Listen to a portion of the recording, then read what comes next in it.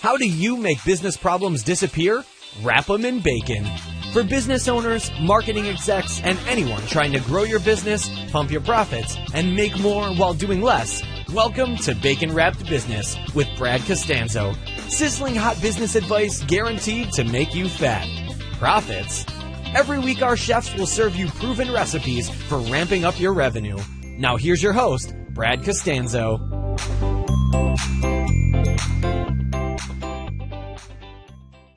Hey there, welcome back to the show. I'm Brad Costanzo, your host of Bacon Wrap Business, and if this is your first time listening, or in this case watching the video episode of this, then I welcome all the new subscribers and listeners. Cannot wait to share with you the stuff that's on this episode today. One of the really cool things about today's episode is I'm actually interviewing the founder of Clarity.fm. His name's Dan Martell.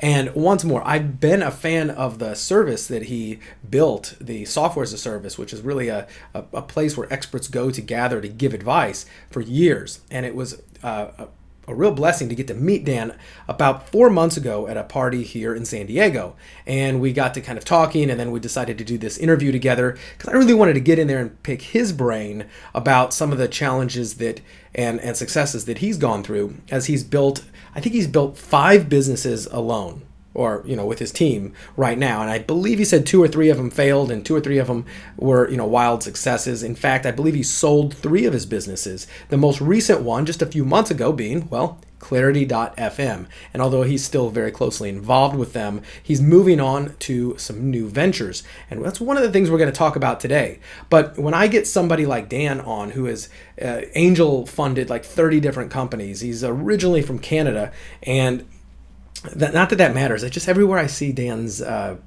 profile and his bio, he's always like Canadian entrepreneur. Like, that really matters. Bottom line, he's an entrepreneur, and he's a great entrepreneur. And he's somebody we can all learn from, especially when you hear his struggles and when you hear how he started. For instance, you may not know this, but you will soon. He was in jail when he was a kid. He was a juvenile delinquent, and that's where he learned to code. And he came out of this, and he built multiple multi-million-dollar businesses. And what was really cool, as I am actually recording this part of the interview after I've already done the interview, is that I know what we talked about. So a couple of the things you're going to learn is the mindset that went into creating these, like where the spark of inspiration came, what he did when he didn't know where else to turn, and what his philosophy on the type of business you should be building, how he feels about that after the exit moment that a lot of us entrepreneurs really would love, to exit a business for 7, 8, 9 figures, and what's next. But then we're also going to talk about what's next.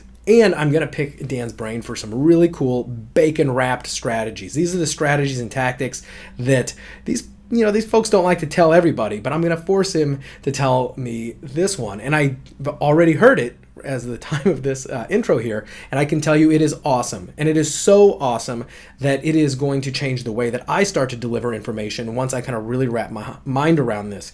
So if you are in any way, shape, or form in the advice industry, or scrap that. That's where it's going to be most applicable. But if you're selling anything at all, then you're going to really want to pay attention to the advice that Dan gives. And he even said, man, people don't usually get this out of me. It's something really big, but I want you to hear it because I think it'll help you as well. Now, before we get going over there, I want to let you know that I did have to edit the audio and the video a little bit because Dan is up in Canada, and he is in north of Maine, Nova Scotia area, I guess. And I'm in San Diego. And I don't know if it was the internet or whatever, but we had a couple of little technical issues. I'm going to try to edit those out and present to you the best of this episizzle of Bacon Wrapped Business, featuring Dan Martell, founder of Clarity, founder of Flowtown, founder of a lot of companies. So without any further ado, let's try to jump over here and talk to Dan. Okay, Dan, welcome to Bacon Wrapped Business. How are you, buddy? I'm doing great, Brad. Thanks for having me on, man. Yeah, it's good to see you again. I mean, as I said, the last time we hung out was in February here in San Diego, and you've since went about as far away as you can get. You said you're where in Pretty Canada? much. Near New Brunswick? I'm in New Brunswick. Yeah, I call it the top hat of Maine, right? So you've got Maine, and then you got this province of New Brunswick, which is it's on the ocean, so I'm still close to the water, but night and day difference from San Diego, that's for sure. You know, the water temperature is still probably about the same, though. It's freezing when you get in the water out here. It's warmer here. We actually have this really neat part of the world where we have another province called Prince Edward Island. Yeah. And it's the warmest water north of Virginia. So the Really? Pacific is crazy cold. Yep. Like, I mean, I went surfing there in San Diego. Yeah, we're lucky we get it warm. But I mean, for 6 weeks out of the summer, the rest of the year it's frozen. So. But we didn't get on here to talk about surfing and beaches, although I could all day. One of the things I think is really cool to have you on the show for is because several years ago I found Clarity.fm, which was your company. You've since sold it, which is great. But I loved it. I was an evangelist for it. I was telling everybody that you guys need to go out and jump on this thing right now. I mean, even for one of the smallest reasons, just personal, like to have a profile up there, is it was great for personal branding and SEO. I put my thing up there, and after like maybe 2 weeks, it was like number 3 or number 4 for my name. And it's just a great way to put yourself out there. Like, hey, look, this guy is actually an expert in all this stuff, and he's charging money, so he must be good. And it was just really neat. And then I found a lot of people had discovered me. So when did you start? Before I go into the Clarity, why don't we're not going to talk a lot about this because I want to talk about what you're doing right now, but I think it's really important for people to understand what you built just prior to this because it really leads into what you're working on right now. So explain Clarity in a nutshell. Yeah, so I mean, I'll go back. I'll give you the quick 30 seconds. Yeah. So my personal story is, like a lot of entrepreneurs, I had a really colorful childhood, really challenging environment. I got put into group homes, foster homes at a young age. Oh, I read about that. I was going to bring that up. Yeah, no, and it was through going through that challenge and kind of, it got really bad. Ended up in jail a couple times. Went to rehab at 17 years old. All those parking tickets, right? It was parking tickets. Yeah, parking tickets. That's exactly what it was. But it was in rehab where I discovered programming, this book on Java programming, and then the internet when I got out. And, it just changed my life. And it probably saved my life because it gave me something to focus on that was obviously not illegal, that I really felt passionate and excited about. And I've been just super fortunate and blessed to have gone on to build 5 companies since then, one of them being Clarity. Mm-hmm. I've raised money for Mark Cuban. Last year I got to spend a week with Richard Branson at his house in Switzerland, and it's really crazy to even think. Again, I come from a small town of 80,000 people in the middle of nowheres to having these opportunities and kind of experiences, and I just feel really lucky, and that was really the inspiration for Clarity. And Clarity was a marketplace for entrepreneurs to get advice from other entrepreneurs over the phone to grow their dreams and hit their goals, and that's what we did. We raised 1.6 million in funding. We grew it to 50,000 experts within 2 years, 300,000 calls. Recently got acquired by a great company called Startups.co, which is now the largest startup community in the world. Mm-hmm. And it really allowed me to fulfill that passion and mission, which was a lesson I learned when I was 17 when I was in rehab. The reason why this place worked for me was all the staff were ex-drug addicts. Right. So really? They had a philosophy. Yeah. They had a philosophy that unless you've been in that hole and you've tried to climb out, it was really hard for you to kind of just scream down, telling the people the kind of different places, put your hands and your feet to get out of it if you've never done it yourself. Right. And for me, that really resonated. And when it came to business, that same philosophy of getting advice from people that have been through it before, they've had the success that you admire, is the right way to get advice. And that's why we built Clarity. Is kind of, I was living in San Francisco at the time, and there was just an abundance of amazing knowledge and experience. And I thought, what would happen if you could unlock all this advice and experience and knowledge and make it available for the rest of the world for people that need it most? And that's what we did. Yeah, and that's what I thought was really remarkable. And there's one of the hardest things in the past has been, how do I get connected with people who can help me out? And there really was no. I mean, you had to be really, really crafty in order to do that. I mean, actually, one of the best things I've ever done is start a podcast like this, because it allows me to connect with individuals like you, with like other people, so that I can get on there and talk to them. When the Clarity Marketplace came up, you kind of realize that, yeah, there are people out there, they're willing to help, they're willing to give a hand, and most successful people like to give advice, especially if people are paying for it, if they're demonstrating that they really want it, and it's not just, hey, can I pick your brain? And which is the worst that's thing. That's the unfortunate part. I mean, the truth is people that have gotten success, like myself, like we know we're only there because of 1,000 other people that spent the 15 minutes to an hour time teaching us and sharing with us and supporting us and lifting us up. And like, the unfortunate part is it's without the monetary friction or filter, it's really hard to decipher if somebody truly needs you and your advice at that moment versus somebody that's got an ulterior motive, like they're trying to sell you something, or they want to pitch you as an investor, or they want to get an introduction to somebody in your network, or whatever it is. So, we never figured out a way to do it through other means, although there were some really creative ideas we came up with using kind of social networks and graphs and stuff. The money one was a no-brainer, and it turned out to be a really great way for people to also raise money for their charities of their choice, which was a big piece of clarity in our mission in life, and just allow people to make extra income to do what they love to do, which is give advice to other people. And what was neat is it unlocked a whole new segment of people. So like a lot of Clarity members were not full-time consultants or experts. They were entrepreneurs that felt like this is a great tool for them to make themselves available without distracting them from their primary business. That's how I use it. I put my Clarity profile on there before I was an official consultant, because I thought, hey, it was a great place to be. What gave you the initial idea? What was that spark idea that said, I think I've got something here? Yeah, so I mean, the way I've built all my companies has always been solving a problem that I've had myself. That's kind of like just first order filter. And what happened is after I sold my last company, Flowtown, in 2011, I got an influx of emails from people asking to pick my brain or have coffee or what it is. And it's probably the Canadian in me that just can't, like, I reply to every email. If you've ever emailed me. You Canadians are so nice. I mean, it's just, I guess in your blood. We're just so grateful. Like, it's kind of like this, shucks, like, I can't believe we get to do this. So you don't forget where you came from. So I wanted to reply and engage in all these people, but there was no way. There was like 150 plus emails of people who wanted to get together in person. So what I did as a developer, I write code, I sat down and I built this really simple call app. It was a link with a form, and you could put your name and number and the reason you wanted for the call. It would queue up all the requests, and then whenever I was free, it would try to call them back. It would proxy my cell number, so it would use this 1-800 number, call both parties, and if they were free, it would connect us, and if they weren't free, it would just call the next person. And it was cool because it would tell me who. So it'd be like calling Brad to talk about his new podcast. And it would tell me that before it called him. Yep. And then when it would be like connecting Brad, then it'd be like, hey man, you want to talk about your podcast? And it was really this really neat kind of almost like call system. And I had it for probably about 6 weeks. I kind of plowed through all those email requests to pick my brain. And one night I decided to go to the roof of my house and tweet it out to my Twitter followers, because prior to that I was just using it privately in email. And I went to the roof and I tweeted out and I just said, if you need startup advice, schedule me here. And I spent 3 hours talking to like 20 entrepreneurs all over the world. One of the things I read that you had said in some of your either blog posts or podcasts, the stuff I was doing my pre-research on you, is that, when you did sell your company, one of the big realizations that you had was, hey, like, you probably retire if you want.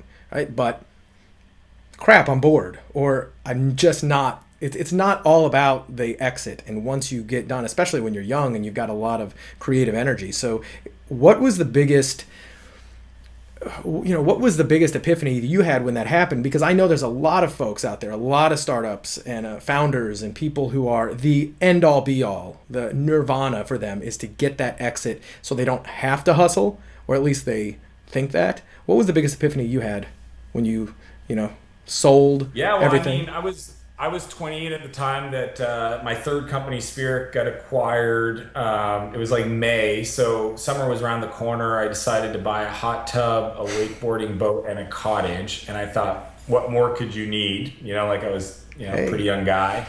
And I had probably to this date one of the best summers of my life. A lot of fun excursions, but pretty much come August, when everybody was done through their vacations and people started going back to university or back to their jobs, I just thought, like, it was probably the most unproductive last 4 or 5 months of my life as well. And I'm like, obviously I'm capable for solving problems and creating value. Like, I accomplished something I never personally even thought I could do, let alone other people. We had won all these awards, and I got recognized as the top entrepreneur in the province and eventually in Canada.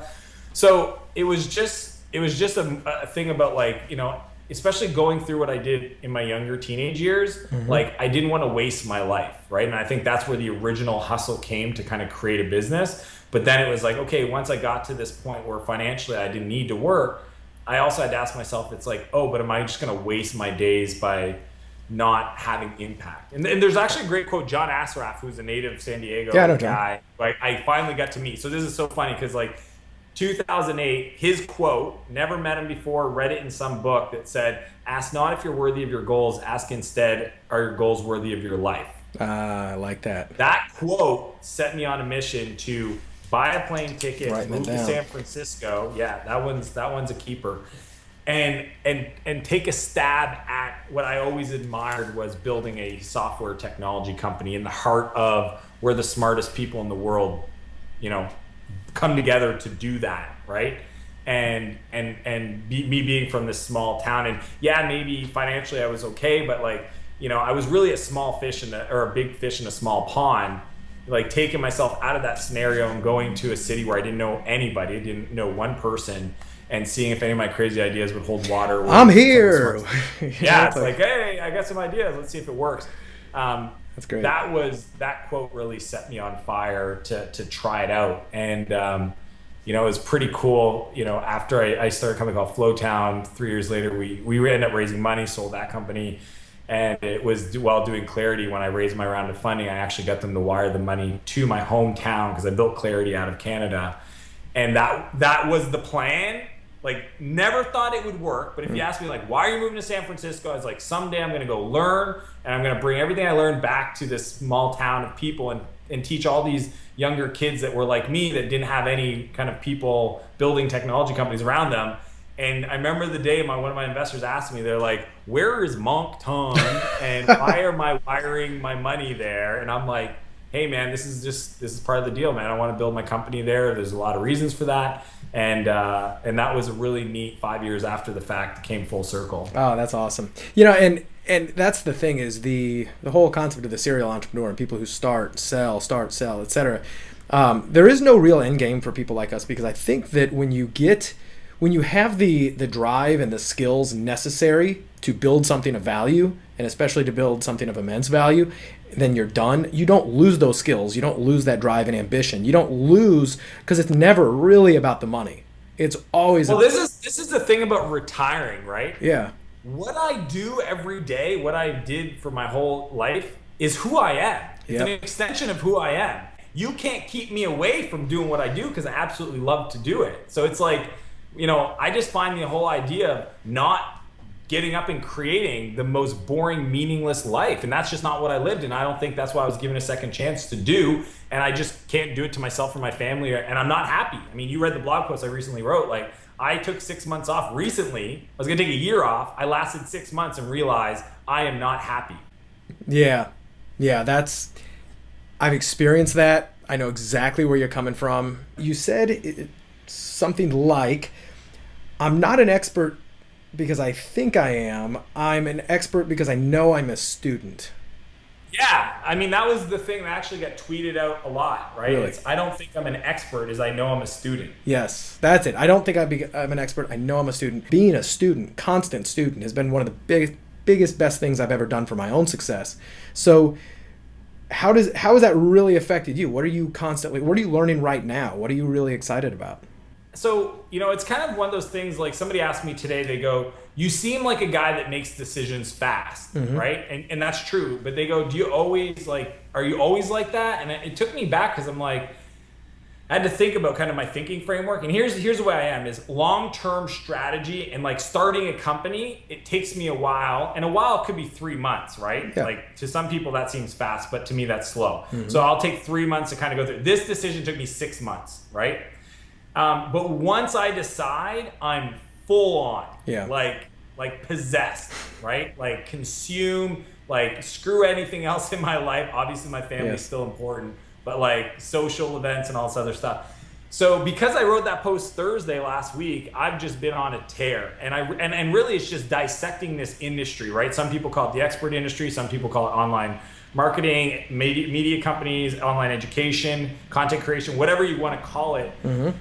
Just becoming a student of that industry and trying to make a list of all the strategies I'm going to have to figure out, plus all the content I'm going to have to create, and really figure out how can I have the most impact as possible. So what I've been learning a lot lately is like crazy stuff like how do you conduct a 3-day seminar, right? Like how do you get in front of a group of people, keep the energy high, transfer knowledge, teach adult education. Like I'm not a formal teacher. I've never taught anything, right? I build companies and like now have to think about how do you create frameworks and design content and ensure that things are landing and sticking and being able to, for the people hearing it to teach it to other people.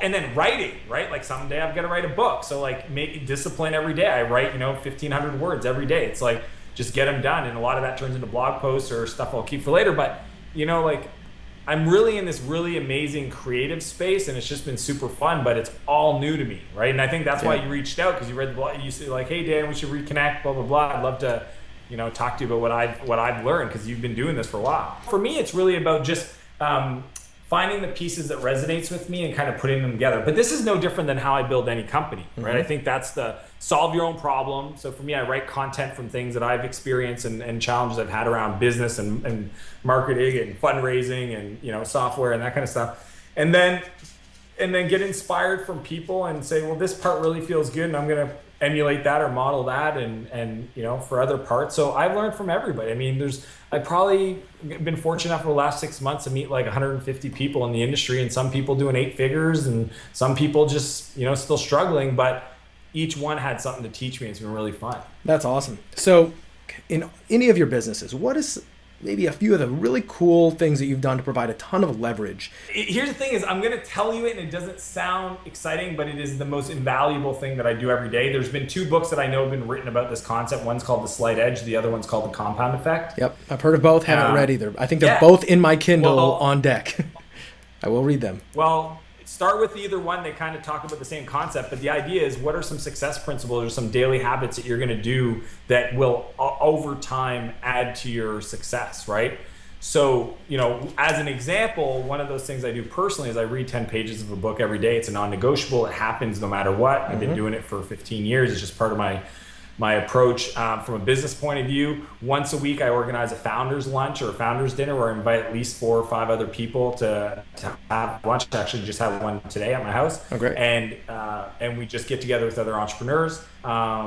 Another one is every day I work on marketing for 30 minutes, and that, there's always bigger initiatives and projects, but I'll always spend 30 minutes understanding source of traffic, conversions, messages, making sure things are wired up and proper. And again, it's 30 minutes every day for 3 or 4 or 5 years is how you end up building 8-figure businesses, right? Right. But doing it once a month when things are broken or things aren't working out, I don't think that's how it works. Like, and for me, I've decided these habits have to be something I'm willing to do for the rest of my life, right? Yeah. So regardless of what I'm working on, I have my personal blog that's kind of my outlet when I don't have an active business, but 30 minutes every day, regardless if I have a business or not, is spent on understanding how the traffic's coming to my blog, converting my newsletter, or whatever it is. Yeah, that's great. I was listening to another friend of mine named Michael Burnoff, and I don't know if you know Michael or know of him, but heard his name, yeah. Great guy, another expert. He was talking about, and I think this has been said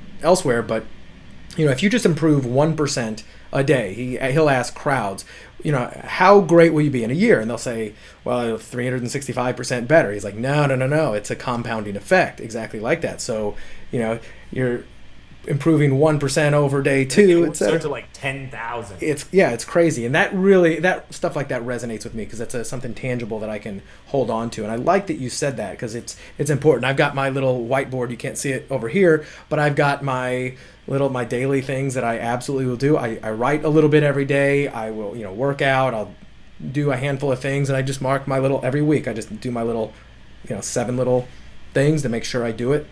What are you terrible at in business? Like, what is the bane of your existence? Every one of us has something we hate, whether it's spreadsheets or whether it's selling. I mean, I think it's very traditional entrepreneurship stuff. So I mean, so I don't, but I guess what might be useful to the audience is the way I've dealt with those, right? Okay. So like, I to this day have never created an invoice. Okay. Never. All the financial. I have no need to create invoices or follow up on receivables when I can just build systems to have other people do that way funner. I mean, I try to hire people that work at the things or play at the things I work. Yeah. Right? So at a very young age, when I was 24, I hired a woman named Sandy. She still works for me today. She's worked in every one of my companies, and she is that person, right? I read the 4-hour work week and I went nuts. I implemented it all. So I've never touched mail. I hate paper. I'm a software guy, so that makes sense. So every week I get emails with all of my different mailboxes and corporations and business interests. I just don't do anything that my filter is if it's not creating value for the world using my unique gift or spending time with my family and friends and relationships, I don't do it. I don't mow my lawn. I don't clean my car. I don't do my groceries. I don't cook my food. I don't do shit. And I'm okay with that. And a lot of people that don't know me very well, they think I'm arrogant because I'm like, but here's the way I look at it. If you catch me or if I catch myself doing that, that means I don't respect myself. And it bugs me. If I ever catch myself in a position where I'm doing something that is not the highest use of my time and what I know and my abilities, and I could have been doing that, I feel like I've done a disservice to the people that I serve, to my family, to my employees, to my investors, or whoever those people are, because I know better. And now that I've told your audience, they know better. That's right. You know, I've struggled with that for years, and I think it's because I'm much more naturally exactly like yourself. Like there's certain things I don't want to do. I was raised like my dad is the guy, the exact opposite. Like, why hire it done if you can do it yourself? Dad. Right? And it was like that was instilled in me. Like, why would I pay somebody to mow the lawn when I can go out there and just do it on Saturday? Capable of mowing the lawn. Right. And even if you if you love mowing the lawn, if that's your Zen time, cool. It was not. Mine was the allergies and I was blowing up and I'm like, I'm never going to do this again. And I've also found, like I heard many people talk about it. Tim Ferriss had a podcast about decision fatigue. And I have also found, the more decisions and things I have to think about or do during the day, the worse I am with the stuff that matters, which is the creation. This creation and selling are the only two things I want to do. Creation, selling, and connecting. I say creating products or creating your service and marketing or selling your product. Those are like the two things every entrepreneur should be doing all the time. One of the problems that a lot of entrepreneurs like us have is we're a little bit ADD. We're so interested in everything. We'll procrastinate. Like I will procrastinate by starting like something else, whether it's a new business, a project, or whatever. So because, hey, I've got a little free time, this is going well, I'm going to start something over here. And then that's what ends up derailing. That's that indigestion.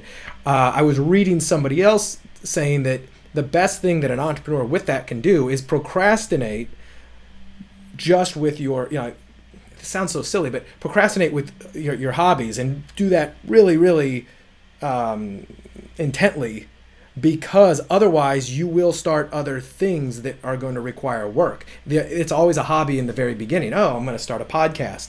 I'm going to have a little bit of fun with this. This actually happened to me, right? So I was starting my podcast as a total side business to my normal consulting business. And then I would start to get derailed. In the beginning, I had the time. And then all of a sudden it became responsibilities, et cetera, et cetera. And I saw a little bit of that turbulence in my life until I systematized things and hired the stuff out. But it was kind of funny, like to procrastinate in the things you really love to do. But you also mentioned something about look at where you procrastinate.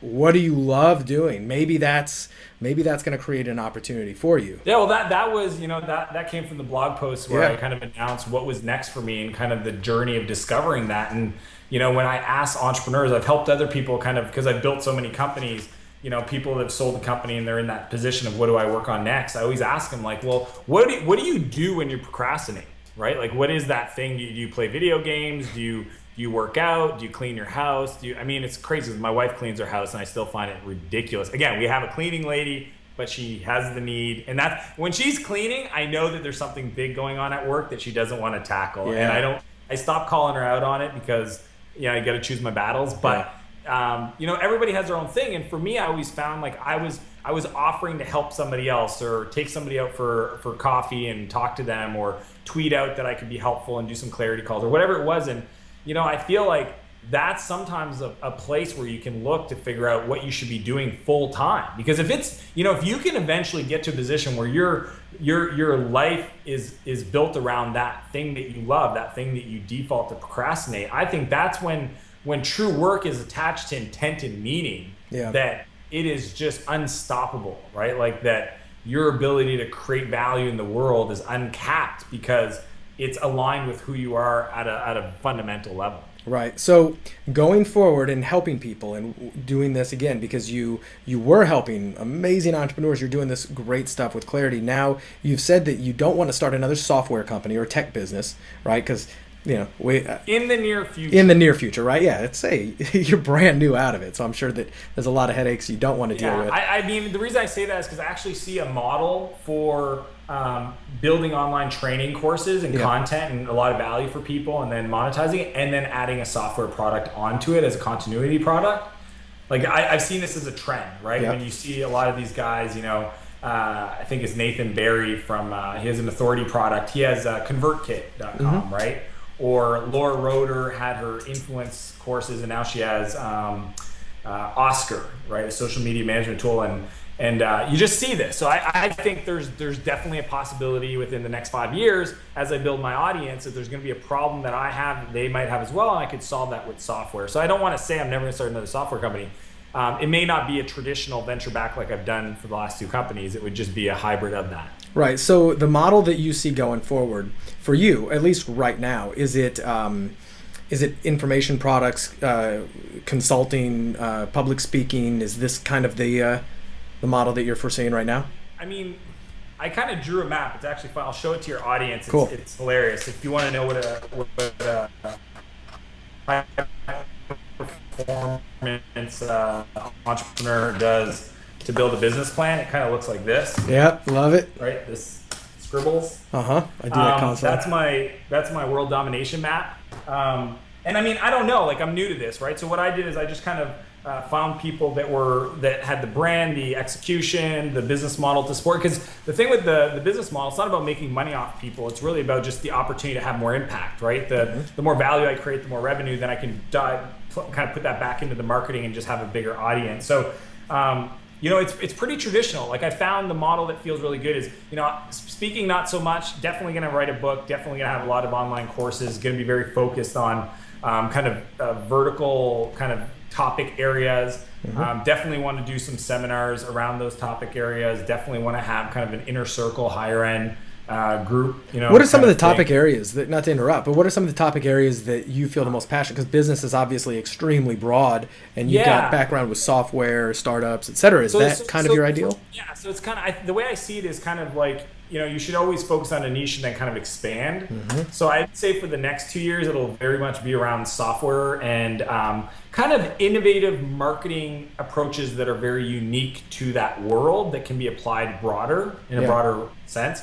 But I have a bunch of content I've already blogged about, but I've never kind of formalized into training that I've been calling idea to exit. Like, how do you go from idea to build, start, build, and grow your company to some kind of outcome? And exit doesn't mean raise money and sell, or it just means build a business you could exit, right? So like, I've been fortunate to every business I've built, if I didn't go to work or get up that day, the company continued to grow. I mean, Clarity continues to have record weeks, and I haven't been there in 6 months. Isn't that great? The team hasn't built anything new. They're just migrating the data and the back-end system. So, I have a really specific philosophy on how to build companies, what I call growth engines, that continue to grow on their own.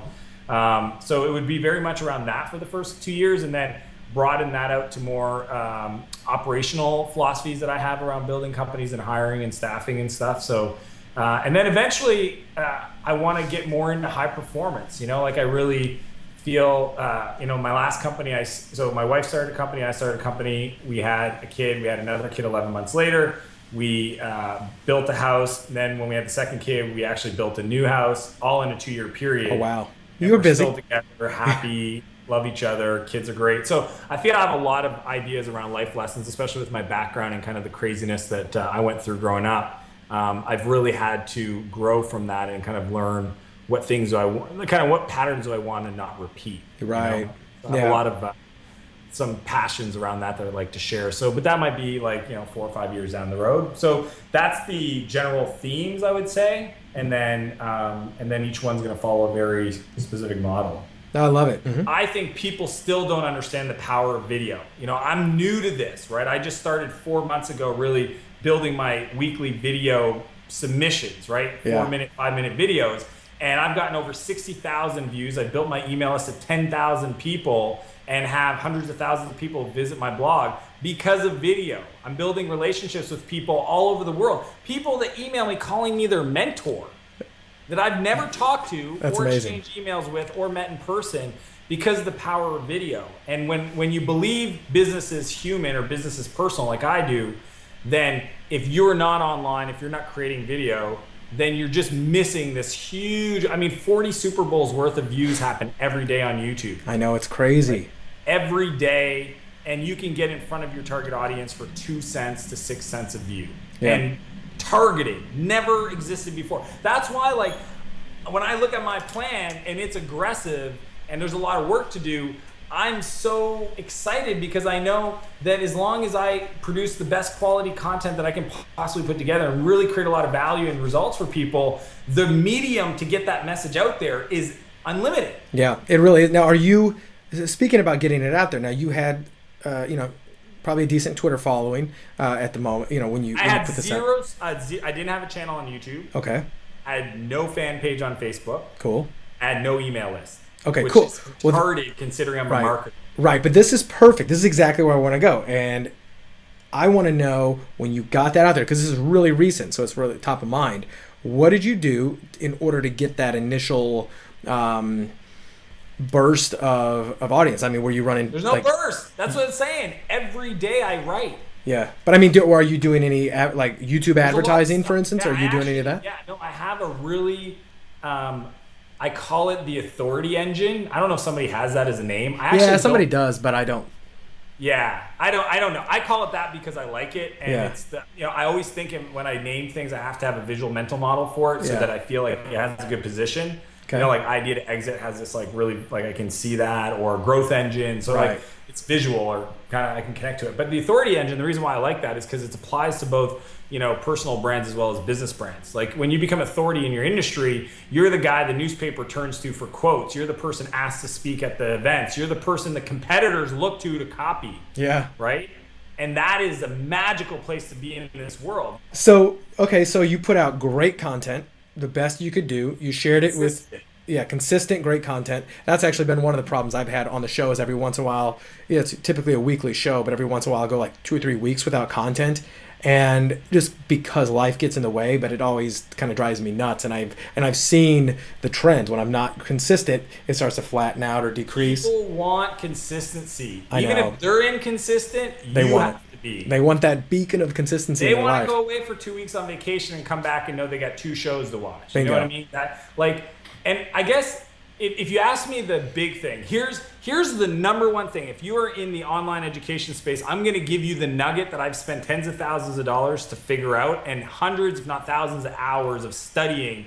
And nobody told me this. I just started to see it. And when I did it, it changed everything. Cool. That's what I like to hear. Bring it on. I'm going to teach you guys this. And I wasn't going to, but you twisted my arm. See, dude, that's what I'm known for, bringing this out. The power in teaching is creating a framework. Mm-hmm. So if you teach a topic, if you're out there talking about branding, marketing, if you have not designed a framework for somebody else, and here's how you know you've got it figured out. When that person, after hearing you once, can teach their friend or their colleague. Yeah. That's the test. That's true. Design a framework, name it, define it, teach it, then you know you're onto something. Yeah, where you really connected those dots too, because I understand I call it information architecture and framework and breaking down what you're doing into various milestones that you must pass in order to achieve X. But I love the fact that you added so that they know it so well that they can teach it somebody else, because as they've said, the first time. See, even some frameworks, Brad, they're complicated as shit. Yeah. Right? They're 17 modules, and because when you create them, you want to make it seem complicated because you want to kind of show off how smart you are. And what I'm arguing is design a simple framework right? You can talk about the 5 P's of marketing. There's so many. Just Google images, type framework. And it has to be able to be taught after they heard it once. Oh, great book, by the way. I highly recommend buying it. The micro script rules. So it's about microscripts, whether it's developing, USPs or whatever. But the microscript rules, amazing book. And one of the quotes in there was, "It's not what people remember, it's what they repeat."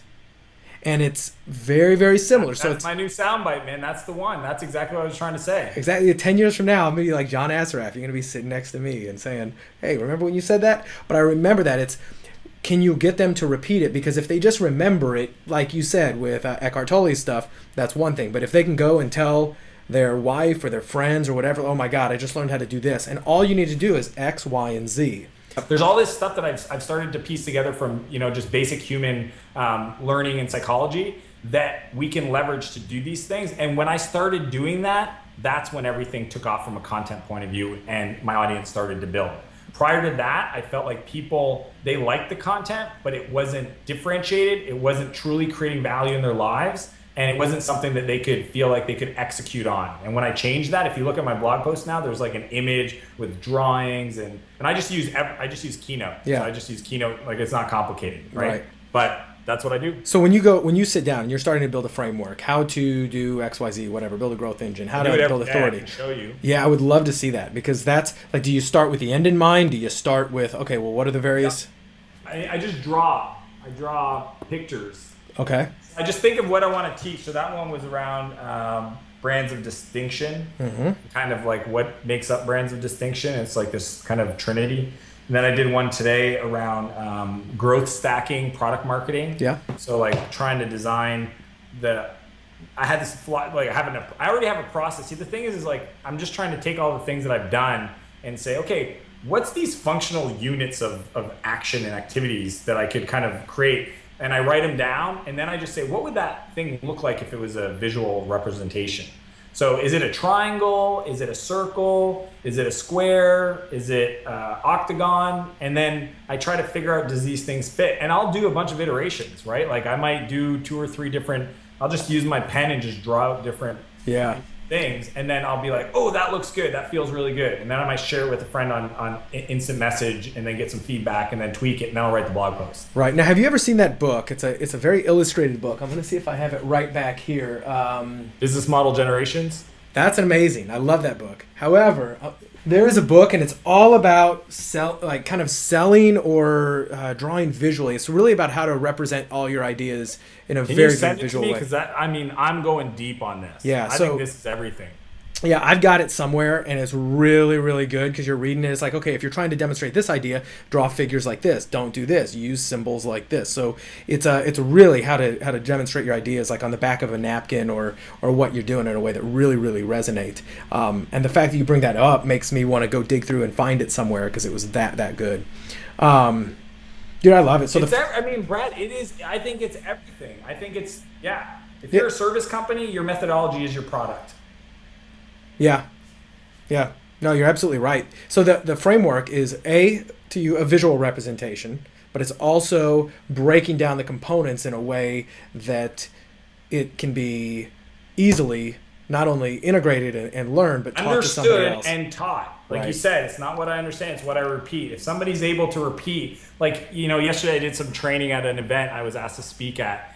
And at the end of it, here's what I did to know if I nailed it. I asked people to look at their notebooks. Yep. And when I looked at it, they totally drew the framework, which was great. Yep. And then I asked them, I took their notebook and I said, can you draw it again? Here's a piece of paper, draw it. That's awesome. And they drew it. That's cool. And I was like, yes. Yep, that means they got it. I'm kind of famous among my friends for, if I learn something new, let's say I read an info product on a new business model, right?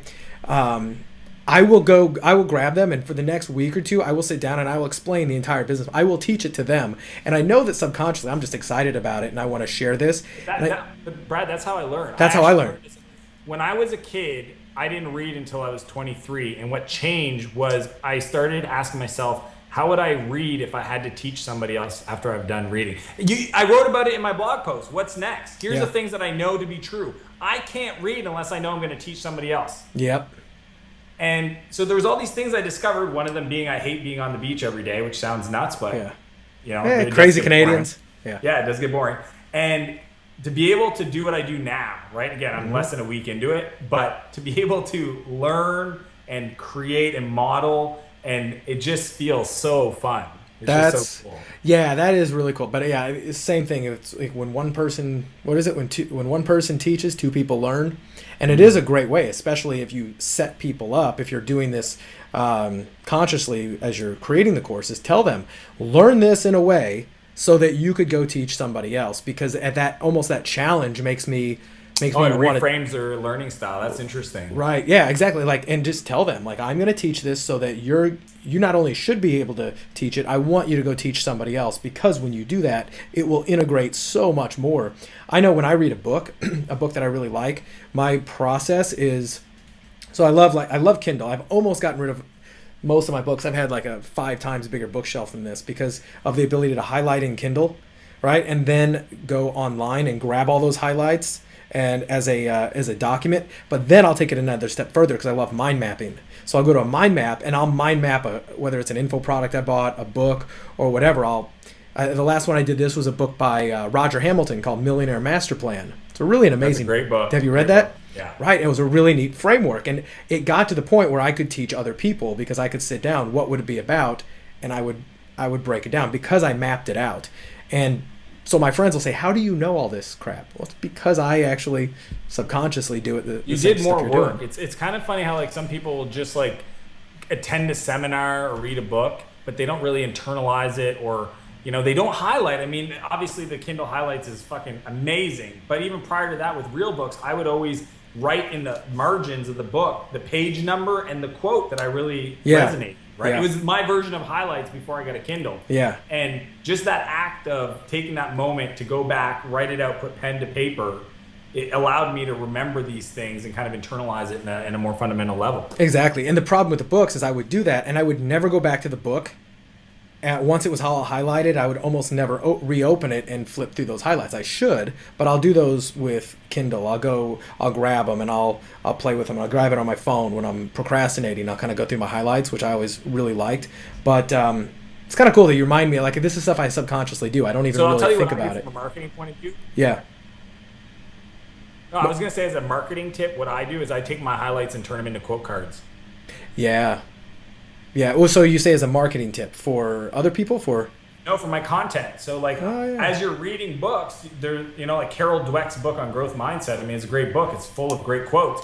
So afterwards, I'll just go in and I'll produce a bunch of quote cards with all these one-liners from these authors and give them attribution. But that's why I do that is because it's who I am, right? It's that passage resonated with me, and my job as a content creator is to process information that comes to me in the world and put it together in a way that people that are like me or follow my style will appreciate, right? Yep, you're curating it, you're adding your own spin to it. That's how it is. That's what trainers do. We learn a lot of stuff and then we kind of rejiggle it to make it look like no information is new. I don't have unique creative ideas. I'm just taking my interpretation of it and then sharing it with people in my sphere of influence kind of thing. And that's what I do with my highlights. One of my favorite books, because you just said that. I know this one's up here somewhere, but I just can't see it. But it's called Borrowing Brilliance. And can you send me those links to those books, Brad? Yep, I sure will. I just bought Microscript, so I got that one. Oh, nice. You bought it while we were talking? Of course. Click on Amazon to my Kindle. Yeah. So Borrowing Brilliance is a really cool way. He's like, look, there are no new ideas, but no information or ideas, but what's new is with the combining of ideas and information. So when you're trying to solve a problem, borrow from all these other places. Like, here's how to do it. Here's a framework by which to do it. It's like a 6-step process to borrow brilliance. Identify the problem, identify other blah, blah, blah, put together some what if scenarios. But it's a really cool book, and actually saying this makes me want to go back and reread it. And it's one of those physical books that I don't have all highlighted, so I actually have to go reread it. But exactly what you said, it's the information's out there. It's how you combine it and what you add to it. You know who does, 2 things that come to mind that do a great job of this? Jason Silva. Do you know who he is? Yes, Jason does those videos. Shots He's of like awe, yeah. And what I like about that is he's taking ideas and concepts that he's read out of books, and he constantly gives attribution in the videos. He'll say, so like Neil deGrasse Tyson said, blah, blah, blah, the universe is this, that, and the other. And what I think that means is this, that, and the other. And then what Ken Johnson over here said was this, and according to him, so he's taking things that have inspired him and he's adding his own unique spin and art form to it. There was another book by Wayne Dyer. Do you know who Wayne is? Yeah, right? Very few people don't. But one of my favorite books of his was called Wisdom of the Ages. And what he did is he took a book, he took 60 passages, like from poetry, religious texts, quotes, you name it, and the book was designed to be read in 60 days. So he would put a quote by, let's say, I don't know, Buddha, and it would just be a little quote, and then he would give like a page or two of his viewpoints and his interpretation of that. And he just said, your goal is to read this passage, read my interpretation, and then write your own interpretation. And then the next day, do it again. And then he goes, take 60 days to read this. But it really is the same thing. Look, all the answers to all the questions of the universe or the world have been out there for a long time. Here's my collection and what I think. Challenge you to do the same thing. So along the same spirit, I love that of using your Kindle highlights as quote cards to just pull it up. Say, today I'm going to talk about this. I really believe the human condition is to teach people your interpretation of the world. Like that's why we have language. It's why we have computers. It's why we have innovation. It's why we have education. Like our responsibility as humans, why we have kids, right? Yeah. Is to pass on information, pass along and teach. That's one of the things I do the show for here. This is a major outlet for me to meet and talk with people like yourself, but also to pass on the content to other people, because one person teaches, two people learn. So man, this has been awesome. Is there anything else that you're doing right now, any nuts that you're trying to crack in your own business? Like I mean, you got access obviously to probably all the expert advice in the world. No, I mean, the truth is I'm new to this industry. So, I mean, obviously if there's anybody watching that has a podcast, has a stage, has an audience, and they'd be open to introduce me to it, I obviously, if it makes sense, I'd love to do that. I'm really trying to my philosophy in business is really like put something out early and iterate as fast as possible. Yeah. So like I'm already in the studio working on my course. I'm going to launch the smallest version of that. I'm going to iterate. I'm going to learn. So really, if you subscribe to my blog at danmartell.com, I put out really great, useful content every week. And then just give me feedback, because like I'm only going to learn from my audience teaching me, because that's just the way I do it. So that's kind of the areas that I've been thinking about. Cool. So right now, if people wanted to, exchange money with you for advice, are you doing a one-on-one consultation? Are you doing any group coaching? Are you just right now focused on getting the digital version? So my whole philosophy around this is I want to do things that are scalable. Right. So that's why speaking to me doesn't make sense, because I don't want to spend 200 days a year on a plane. Right. The occasional speech once in a while here and there. Once a month. Not as a business model, right? Yeah, once a month for the right audience where I feel like I'm really going to stretch and grow for sure. Mm-hmm. So one-on-one doesn't work for me anymore. I am going to probably launch a group coaching program. I'm only going to offer that to people on my email list, probably within the next 3 to 4 weeks, mm-hmm. and really focus on software entrepreneurs that want to either start and build a company or have one and they're just not finding the traction they need. And then I should have my product launch timeframe around September. Okay. Is what kind of when I'm planning. And then I want to do a live event before the end of the year. So maybe November, in San Diego back in San Diego, bring, some people together and just kind of teach from the stage and get to connect people one-on-one. Cause there's, as much as technology is cool, it allows us to talk from different parts of the world. We met in person, something happens where you connect with somebody that can't get replaced by Skype or. No, exactly. And, it is funny, especially in our world, tech world or marketing world or whatever. I have so many friends that all over the country, actually all over the world, now that I can't communicate with on Skype more than I do some friends in my own, hometown. When I look at like some of my most my favorites in my phone, most of them aren't even around here.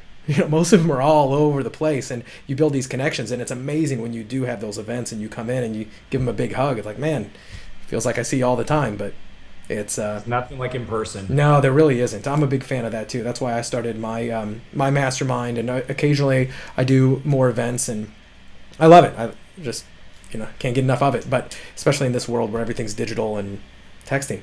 Well, Dan, this has been awesome. I love the takeaways. There's been some really, really good stuff, and you definitely delivered some bacon wrapped value, especially with the framework stuff. That's really huge, and I think the audience should take that and really understand why that's so important, and try to put some examples and links to your site where you're doing a really good job of this.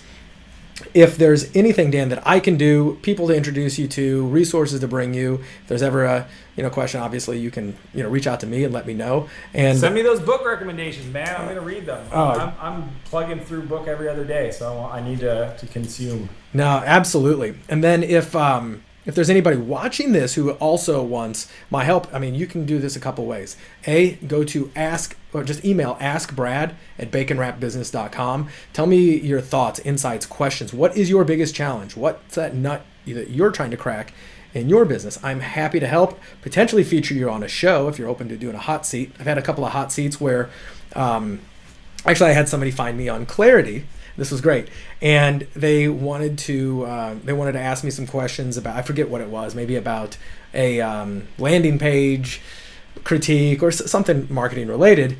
And I said, yeah, by the way, would you mind if I record this and I can share it on my show, etc. He's like, yeah, by all means. That was kind of cool. So I got to use that connection not only to help him out, but I got paid to put content out of my show. I got to double use it in two ways. So by the way, that's one of the ways that I help. If people want to pick my brain for free, I don't do brain picking sessions, but if you're willing to do a hot seat, I'm happy to help you out. I'm just going to tell the world about it. So that's the way I do it. I'm like, if you want to ask me a question, do it on my blog as a comment. Exactly. I'd rather answer publicly and help everybody else out. Exactly. Oh, speaking of that, one of the things I found in one of your blog comments before we go, because I thought this was great. I wrote that down and I did this little search on Twitter for "Is there an app?" in quotes. This was so cool. So I'll just repeat it. But you said go to Twitter, type in quotes, "Is there an app?" and then see what people are saying. Because you'll say, hey, is there an app for doing XYZ?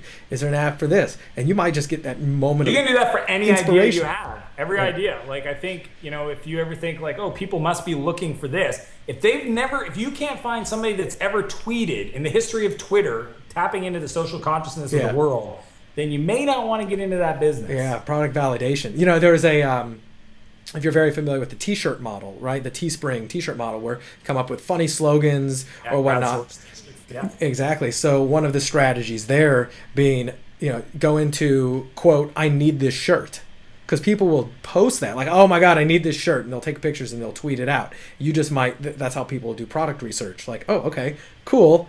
I'm going to make a note of that. I'm going to keep record. Anyway, wanted to leave with that little bacon wrap strategy. Once more, guys, if you like the show, subscribe on YouTube if you're watching it there. If you're on iTunes, hit that little subscribe button and then leave me a review, because this is the way that myself and my guests like Dan really understand that how much value that we're bringing to you for the cost of nothing except your time, which we greatly appreciate. But send me an email, Ask Brad, Bacon Wrap Business. Go check out Dan's stuff at Dan Martell with 2 L's, right? .com. Okay. Subscribe to his newsletter. I've already been reading and watching a lot of the stuff, and as you can see or hear on the show, if you're paying attention, Dan knows how to deliver awesome value. He's done a lot of cool stuff. Dan, if there's anything else I can do for you, just let me know, and I look forward to hopefully seeing you back here in San Diego, brother.